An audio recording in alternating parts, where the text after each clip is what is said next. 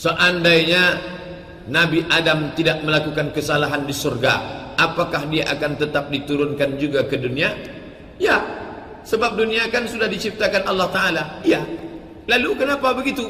Itu kan rencana Allah Subhanahu wa Ta'ala. Inni ja'ilum fil ardi, aku ingin menjadikan makhluk di bumi khalifah, menjadi pemimpin. Lalu kemudian Nabi Adam alaihissalam memang untuk diturunkan ke dunia. Dia bukan diturunkan di surga. Dia diciptakan di surga. Ihbitu, turunlah kamu ke dunia. Lalu kemudian diturunkan ke dunia. Maka orang yang mengatakan kita maunya di surga terus, Pak Ustaz, di dunia inilah baru tahu mana yang layak masuk surga dengan yang tak layak. Pak Ustaz, Allah tahu tak kalau saya ini layak penghuni surga? Allah Maha tahu. Apa yang terbersit dalam hati aja tahu. Lalu kenapa Allah buat saya di dunia? Allah mau ngasih tahu bahwa antum layak enggak masuk surga. Dibuat Allah Ta'ala saya hidup di dunia untuk ngasih tahu saya, Abdul Somad, setelah engkau hidup di dunia ini, coba kau pikir-pikir, layak tak kau masuk surga? Kita yang diberitahu Allah Ta'ala, bukan Allah mau mencari tahu. Allah Maha tahu. Dia ingin mengasih tahu kita, aku buat engkau hidup di dunia, aku kasih engkau mata, telinga, hati dan rasa, supaya kau pikir-pikirlah, layak tak engkau masuk ke dalam surga? Maka kita disuruh menguji diri kita sendiri, layak apa tidak? Kok bisa iblis mengganggu Nabi Adam di surga? Kan sudah dikeluarkan dari surga, Pak Ustaz. Nabi Adam alaihi salam diciptakan di dalam surga. Lalu kata Allah Ta'ala, la taqraba hazihi syajarah, jangan kau dekati pohon ini, fatakuna minaz zalimin, nanti kau jadi orang zalim.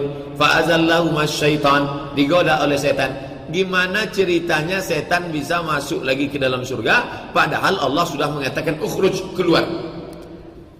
Kok bisa seolah-olah orang yang memikirkan ini kita ketemu dengan orang rasional ini. Kalau orang cerita percaya kepada wahyu ini tak dipermasalahkannya. Saya tidak menuduh Bapak yang menulis ini karangan rasional. Tentu sekarang informasi bisa baca di internet, bisa jadi kita dibantah orang mengatakan bahwa Nabi Adam itu tidak di surga, tapi di sebuah taman namanya Taman Eden. Disitulah Adam diciptakan Tuhan, di Taman Eden. Lalu tiba-tiba datang iblis menggoda. Jadi bukan di surga. Ahlus sunnah wal jamaah, ini saya sebutkan akidah ahlus sunnah, bahwa Nabi Adam diciptakan di dalam surga. Mana dalilnya?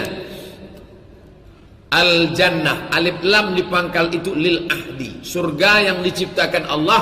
Surga itu juga tempat Adam, dari surga itu juga Adam dikeluarkan. Kalau sudah dikeluarkan iblis, kenapa dia bisa masuk lagi? Allah tidak ada kekurangan sedikit pun. Jangan katakan Allah lalai lupa. Jangan katakan malaikat yang bertugas itu bisa disogok oleh iblis.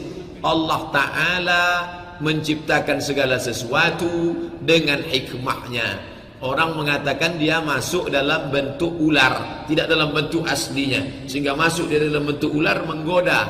Makanya ada orang mengatakan kalau ketemu ular berarti itu ketemu anjing hitam, bunuh, karena dia adalah setan.